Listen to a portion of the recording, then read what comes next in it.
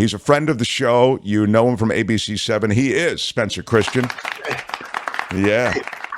Mark and Kim and Albert and Tony, good morning. Yeah. The whole crew, Spencer Christian, for you. Oh, yeah. This is really like the moment where you, almost like a volunteer firefighter, you run to the truck and you get to the flames. In this case, you run to the station. I think you stayed in the city overnight to, try to be closer to, breaking news and ability to relate it to the public. What's been happening, and then what will happen? Great question, Mark. Well, yesterday we had our first level 5 storm on the storm impact scale that we initiated about 7 years ago at ABC7. So what happened yesterday was we had a storm that arrived in 2 waves. The first wave came in the morning with subtropical moisture and started producing the rain. The second wave was a cold front that banged in last night, and we had about 2 to 3 inches of rainfall in the 2-day total across the Bay Area, on top of the 5 or 6 inches that fell just last Saturday. So this storm arrived and dumped rain on top of already saturated soil. We had numerous power outages, tons of trees blown down, widespread flooding, winds gusting between 50 and 60 miles per hour. That was yesterday's storm, which is still with us today, but it's beginning to wind down now. Now, what's coming is a series of about 4 consecutive days of level 2 storms. The storm that was a 5 yesterday is now a level 3, as you indicate there on the graphic. Scattered downpours today. A few isolated thunderstorms are possible because we've got a lot of instability in the atmosphere. Elevated flood threat all across the Bay Area. The gusts are easing up a bit, so it'll be a breezy day today, but we don't expect the powerful gusts we had yesterday. Flood watch is in effect for the entire Bay Area. Once in a while we get a rainstorm where we have concerns about flooding in specific areas, regions of the Bay Area. This time it's the flood watch. It's just blanket watch for the entire Bay Area until this afternoon. We had a high wind warning that I think expired earlier this morning, and you can see on the radar there another wave of downpours coming in. Yep, that started early this morning. That's beginning to wind down now as well. So as we get into the early afternoon hours, we expect the rain to end, but the flooding is still with us. And we have light rain coming our way tomorrow. Here are some of the estimates for just today's rainfall, and up to about an inch, a little over an inch in Half Moon Bay, anywhere from basically ½ inch to an inch of additional rain will fall today on top of the couple of inches we got yesterday, and that's on top of the 4 to 6 inches we got last Saturday. Light rain tomorrow, and then Saturday, Sunday, Monday, and Tuesday, we're expecting 4 consecutive days of level 2 storms. Can you imagine how much rain that's going to... It reminds me from a Bay Area perspective of the early days, Spencer Christian. You were, I think, even on Good Morning America at this time. Yeah. I was on Cron, which was NBC at the time. Yeah. And I mentioned it because it was the first discussion openly of something that was a phenomenon that we in the world of meteorology were aware of, and that was El Nino and La Nina. Now, that was an El Nino event that we were reporting on in the 80s, but it was very similar to what you're talking about, which is the ferocity of these systems was much greater than we were used to seeing. And the continued sort of unrelenting nature of these systems was something that we weren't used to seeing. And that's why, for the first time, we spoke of this warming of the sea surface temperatures, that those temperatures were just so much warmer than normal, and that was an El Nino event.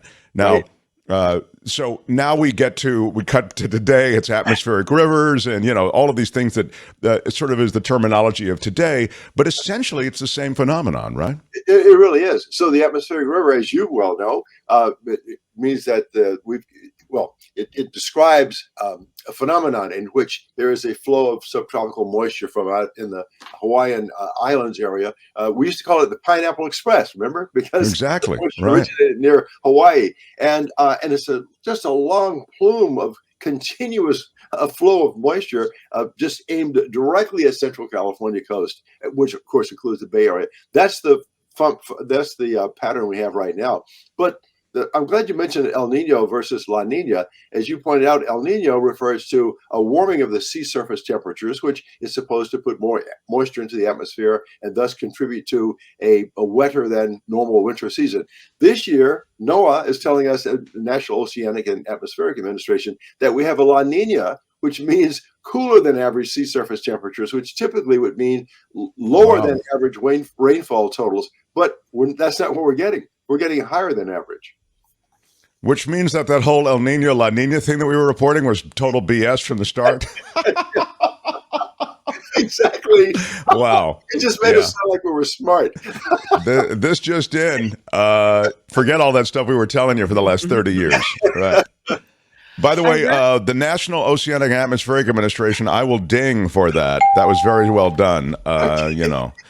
I read that go their ahead. winds overnight hit nearly 100 miles per hour in some spots. You mentioned that, Spencer, that you thought that might happen at the highest peaks, right? Yeah, in the Tahoe area, right? Well, I should say in the Sierra, along the ridges, yes, winds hit gusts hit 100 miles per hour. Think down around lake level, they were talking about maybe some 65 mile per hour gusts. That's at about 5,000 feet. Then up around 7,000 feet, they were talking about 85 mile per hour gusts. But at the ridges, 100 mile per hour gusts with this snowstorm. It's mind boggling. This to the important word from the Niners fans. Huge in Japan says, damn, going to the Niners game on Sunday, gonna be wet. Will it be wet this weekend, Spencer? It will be, huh? It looks like a level 2 storm on Saturday and on Sunday. Yeah. Well, that's what we're seeing right now. So that would mean maybe, I don't know, a storm that would produce about another inch of rain or more. But at the moment, though, we don't know about the timing. I mean, it's hard to say right now if, the heaviest rain. Sure, they might get the game in, is your point.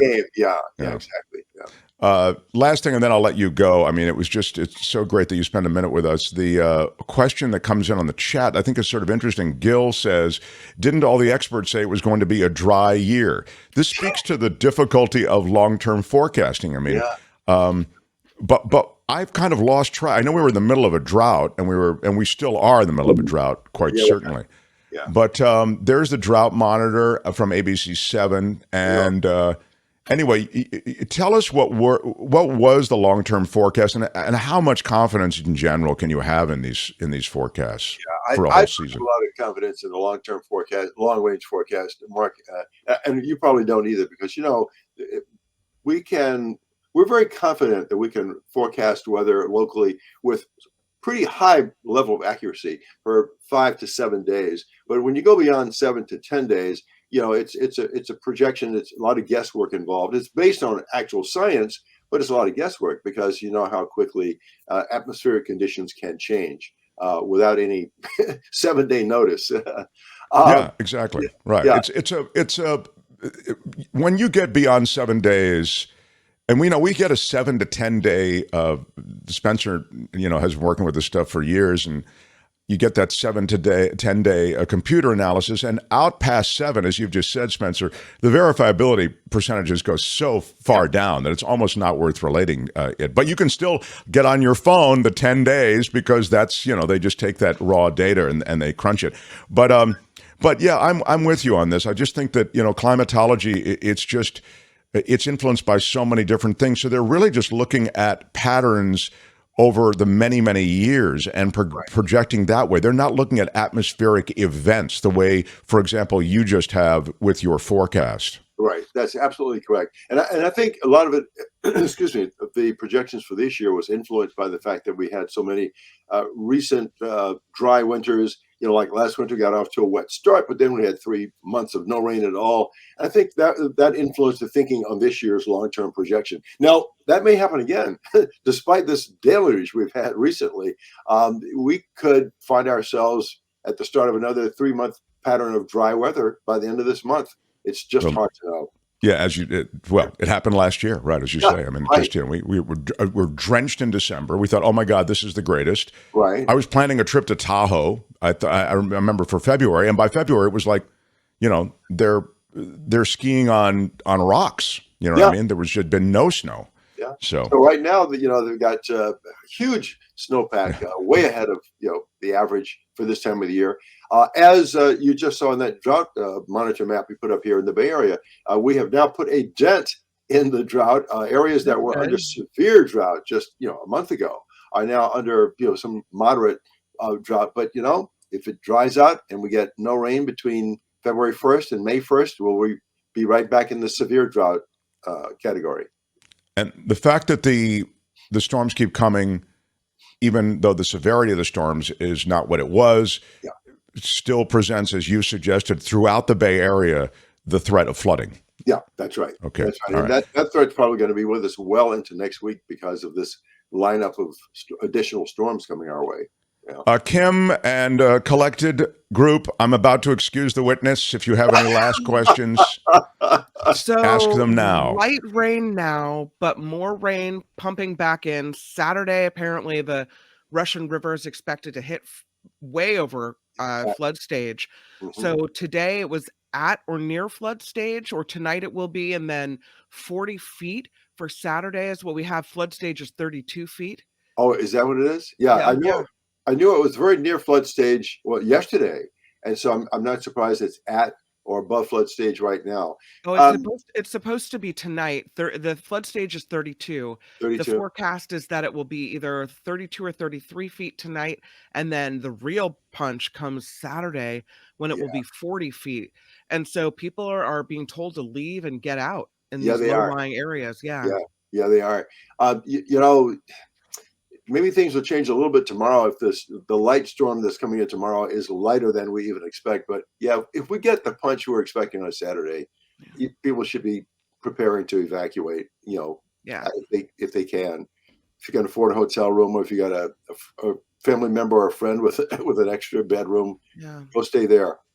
Get away from the river. Yeah, that is a floodplain that those residents know. I mean, it's painful, but they know that's a danger and a threat during the winter months, particularly with all these storms. So, hey, you're the greatest to spend time with us. And you'll appreciate.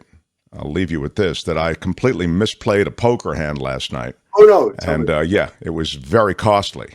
Oh. There's the one thing when you get bad luck, but when you get bad luck and you didn't play it right, I feel like I steered right into the bad luck. And I thought of you. I thought Spencer would not have made this mistake. I might have.